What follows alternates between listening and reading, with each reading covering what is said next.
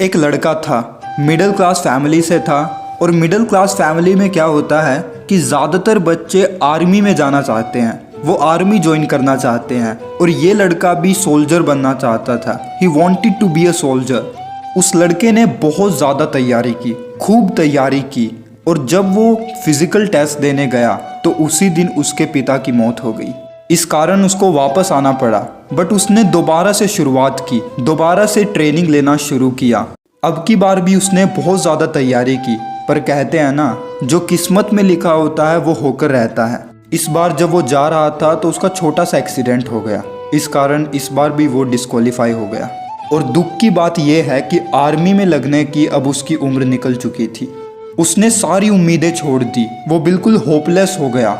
उसको लगा जिंदगी बहुत ज़्यादा दर्दनाक हो चुकी है।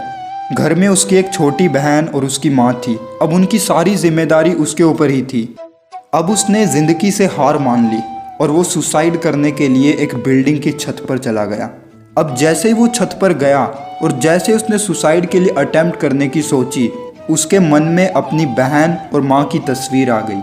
उसने सोचा कि अब मेरे पास दो ऑप्शंस हैं, दो चॉइसेस हैं। एक ये है कि यहाँ से कूदकर मैं अपनी जान दे दूँ, और दूसरा ये है कि मैं दोबारा से एक नई शुरुआत करूँ। उस दिन के बाद उसकी ज़िंदगी पूरी तरीके से बदल गई। चूँकि वो खुद आर्मी में नहीं लग सकता, तो उसके बाद उसने तय किया कि वो लोगों को आर्मी के लिए ट्रेन करेगा। और उसने फ्री में ट्रेनिंग देना शुरू कर दिया। शुरू में तो वो किसी से कुछ भी पैसे नहीं लेता था, बट देखते ही देखते उसके पास सैकड़ों बच्चे जुड़ गए। उसने अपनी पूरी ट्रेनिंग कंपनी ही खोल ली और आज वो अच्छी ज़िंदगी जी रहा है। इस कहानी से हमें क्या सीख मिलती है?